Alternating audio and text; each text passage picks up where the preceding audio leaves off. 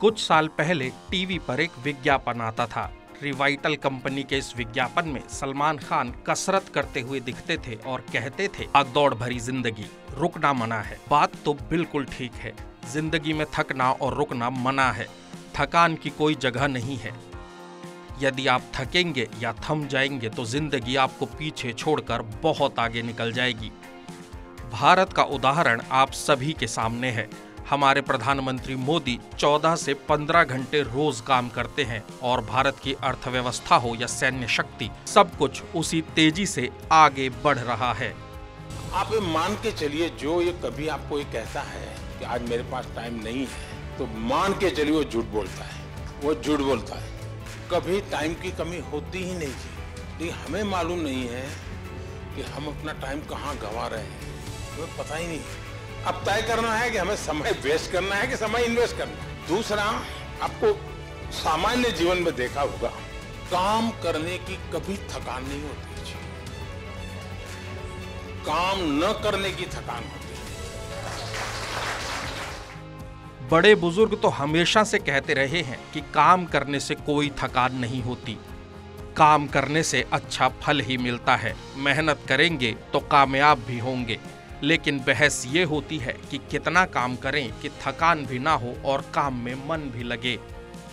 ऐसा भी तो नहीं कर सकते ना कि 20 घंटे काम ही करते रहें। लेकिन हाल फिलहाल में इस बहस की शुरुआत दिग्गज आईटी कंपनी इन्फोसिस के चेयरमैन नारायण मूर्ति के एक बयान से हुई है।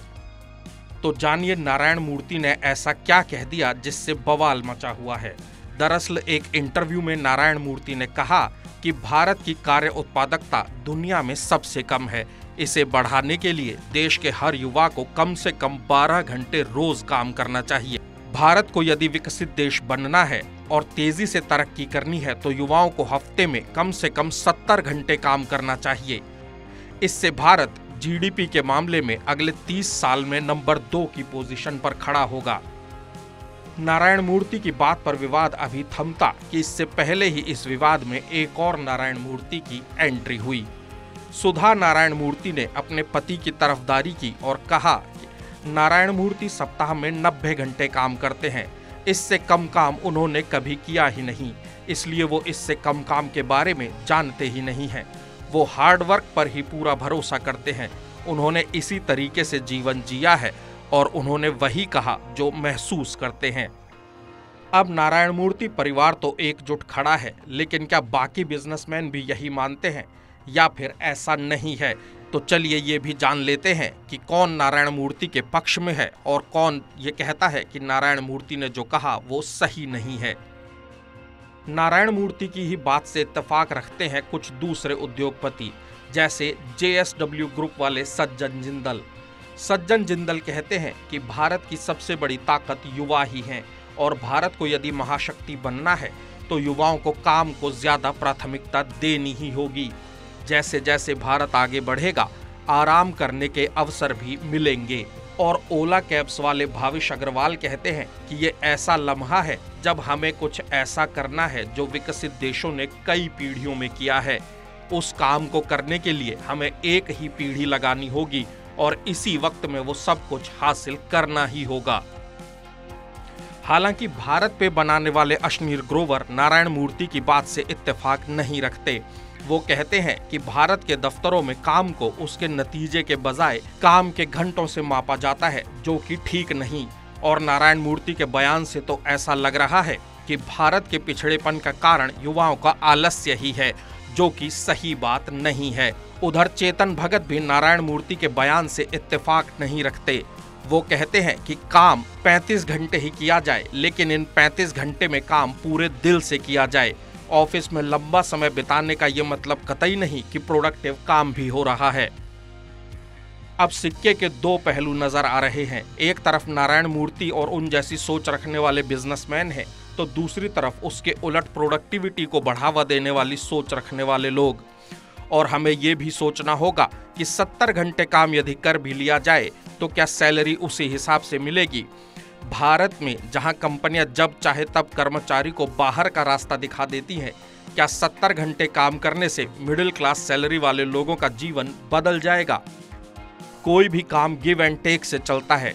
ना तो नारायण मूर्ति साहब ने ये बताया कि 70 घंटे काम के लिए कितनी सैलरी दी जाएगी और ना ही किसी दूसरे बिजनेसमैन ने। जो युवा हैं वो तो जानते ही हैं कि भारत में महीने की 15 तारीख के बाद वाला वक्त सिर्फ क्रेडिट कार्ड्स पर ही चलता है और जब तक ये हालात बदलने का वादा नहीं किया जाता तब तक कैसे किसी से उम्मीद की जा सकती है कि 7 दिन 10 घंटे काम करना संभव है। डॉक्टर भी पूरे हफ्ते काम करने की बात से इत्तेफाक नहीं रखते। कार्डियोलॉजिस्ट मानते हैं कि पूरे हफ्ते काम करना संभव ही नहीं और यदि संभव है भी तो इसके नतीजे बेहद खतरनाक होंगे। डॉक्टर दीपक कृष्णमूर्ति ट्विटर पर लिखते हैं, एक दिन में 24 घंटे होते हैं। यदि हफ्ते में 6 दिन 12-12 घंटे काम करेंगे तो रोज 12 घंटे ही बचेंगे। इसमें से 8 घंटे सोने में खर्च हो जाएंगे। बड़े शहरों में 2 से 3 घंटे ट्रैवल टाइम होता है तो बचे 1 से 2 घंटे। उसी में इंसान को नहाना है, खाना है और तैयार भी होना है। यानी ना तो सोशल लाइफ बची और ना ही परिवार से बात करने का वक्त, यहाँ तक कि एक्सरसाइज करने का वक्त भी नहीं बचा।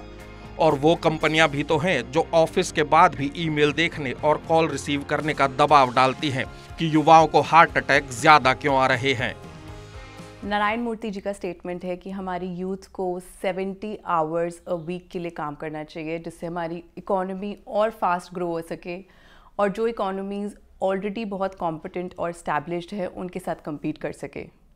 बट क्या ये सच में पॉसिबल है कि हम 70 आवर्स तक अपनी प्रोडक्टिविटी या 10 आवर्स पर डे हम प्रोडक्टिव रह सकते हैं? ये क्वेश्चनेबल है क्योंकि मेंटल हेल्थ इश्यूज़ और इतने सारे इश्यूज़ हम सुनते हैं आजकल, उसके हिसाब से 10 आवर्स लॉग करना इम्पॉसिबल है। और ये भी तो हमें ही समझना होगा कि किसी दिन काम करने का मन होता है तो 15 घंटे भी काम किया जाता है या फिर डेडलाइन पास हो तो काम करना ही पड़ता है, लेकिन किसी दिन काम करने का मन नहीं भी होता और उस दिन 2 घंटे भी काम करना संभव नहीं हो पाता। वर्क लाइफ बैलेंस नाम की चीज भी तो है जिसकी अहमियत कोरोना काल में जैसे तैसे युवाओं को समझ आई है और अब फिर युवाओं से वही बैलेंस वापस छीनने वाली बातें हो रही हैं। एक तरफ दुनिया में 4 दिन काम और 3 दिन छुट्टी की बातें होती हैं और दूसरी तरफ 7 दिन 10 घंटे काम करने की बात हो रही है। ये कैसे संभव है? तो क्या वो देश जो 4 दिन काम करा रहे हैं वो अपनी अर्थव्यवस्था को आगे बढ़ते नहीं देखना चाहते?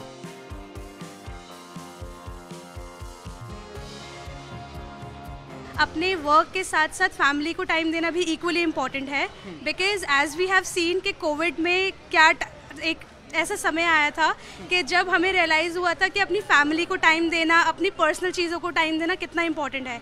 70 घंटे काम करने का मतलब है कि आप एक दिन में 10 से ज़्यादा घंटे काम कर रहे हैं, राइट? तो एक दिन में 10 से ज़्यादा घंटे ऑब्वियसली ह्यूमन बॉडी है, इतना नहीं हो पाता है। And some people are travelling from Gurgaon to Delhi, Delhi to Noida, Gurgaon to Noida and what not, right? तो उनके लिए ट्रैवलिंग का टाइम भी ऑब्वियसली बढ़ने वाला है, तो which becomes equal to 12 hours working in a day. So I believe ये तो ठीक नहीं है। एक तरफ दुनिया के वो देश हैं जो हफ्ते में 4 दिन काम और 3 दिन आराम की बात कर रहे हैं और भारत में 7 दिन 10 घंटे काम कराने वाली बातें हो रही हैं। कुछ आंकड़े जानना भी बेहद जरूरी है। ब्रिटेन की कई कंपनियों में 4 दिन काम और 3 दिन छुट्टी का 6 महीने तक ट्रायल किया गया और इस ट्रायल में पाया गया कि 4 दिन काम करने से प्रोडक्टिविटी बढ़ी, कर्मचारियों का मनोबल और टीम कल्चर सुधरा, थकान कम हुई और जीवन भी संतुष्ट रहा, यानी वर्क लाइफ बैलेंस। 2021 में ही जापान की सरकार ने सिफारिश की थी कि कंपनियों को 4 डे वर्क वीक से शुरुआत करनी चाहिए और फिर इसे घटाकर 3 डे वर्क वीक का ऑप्शन दे देना चाहिए। बेल्जियम में 2022 से ही 4 डे वर्क वीक का कल्चर शुरू हो चुका है और इससे कंपनियों की प्रोडक्टिविटी में इजाफा हुआ है। मेरे हिसाब से डेफिनेटली हमें आउटपुट बढ़ाना होगा क्योंकि कुछ रिसेशन का वक्त भी आ रहा है। ग्लोबली हमने देखा है, पहले रशिया यूक्रेन वॉर, अब इजराइल हमास। बट ऐसे में मेरे हिसाब से आज का युवा ये चाहता है कि टैलेंट ज़्यादा बढ़ाया जाए, चैट जीपीटी इस तरह की चीज़ों का इस्तेमाल किया जाए, टैलेंट के ऊपर ज़्यादा फोकस किया जाए ताकि शायद वो 50-55 घंटे काम करके ही उतनी प्रोडक्टिविटी निकाल सके। अब उसके लिए मेरा ये सजेशन है कि कॉलेज लेवल पे ही हम युवा को ट्रेन ऐसे करें कि उसका टैलेंट इतना अच्छा हो कि वो आउटपुट अपना अच्छा दे सके। ऑफिस में काम करने के घंटों के बजाय प्रोडक्टिविटी से यदि किसी कर्मचारी को आंका जाएगा तो शायद नतीजे ज्यादा बेहतर मिलेंगे। और आम लोग भी मानते हैं कि एक मशीन भी रोजाना 12 घंटे काम नहीं कर सकती। ज्यादा बोझ पड़ेगा तो इंसान का शरीर टूटने लगेगा। अगर मशीन भी हो तो कंटिन्यू 70 घंटे नहीं, मुश्किल है काम करना। आदमी बीच में भी हम कंटिन्यू करेगा तो उसकी तबीयत खराब हो सकती है, बीमार हो जाता है आदमी। तो उसके लिए भी टाइम चाहिए। तो 70 घंटे तो सूटेबल नहीं है टाइम, इसमें तो कम टाइम होना चाहिए। भाई इंसान है, हम इंसान ही हैं, हमारे पास भी तो तबीयत खराब हो सकती है, फैमिली की प्रॉब्लम हो सकती है। 2-4 घंटे नहीं काम करेगा तो हो जाता है, इसलिए नहीं। दुनिया के सामने टेक कंपनी गूगल का उदाहरण भी तो है।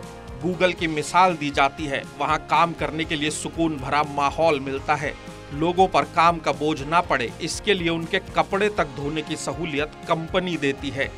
शांत माहौल में काम करें और ज्यादा प्रोडक्टिव बने, इसके लिए गूगल के ऑफिस में ऑफिस टेबल और चेयर वाला कॉन्सेप्ट ही नहीं है। यहाँ तक कि कोई डिस्टरबेंस ना हो इसके लिए घास काटने में मशीन का इस्तेमाल तक नहीं होता, बल्कि गूगल के पेरोल पर बकरियां रखी गई हैं जो घास को बढ़ने नहीं देती। और इतनी सहूलियतों और सुविधाओं के बाद गूगल मार्केट में सबसे ज़्यादा सैलरी भी देता है। उस पर रोज़ ऑफिस आने या कितने घंटे आना है और कितना काम करना है इसकी कोई पाबंदी भी नहीं है। मतलब साफ है, जब वर्क और लाइफ का बैलेंस बेहतर होता है तो प्रोडक्टिविटी ज़्यादा होती है। हालांकि काम के घंटे कितने होने चाहिए ये काम करने वाले और काम किस तरह का है इस पर भी निर्भर होता है। हफ्ते में रोजाना 12 घंटे काम करना भी संभव है, लेकिन उसके बाद कर्मचारी को उसी हिसाब से सैलरी और उसी मुताबिक आराम भी मिलना चाहिए।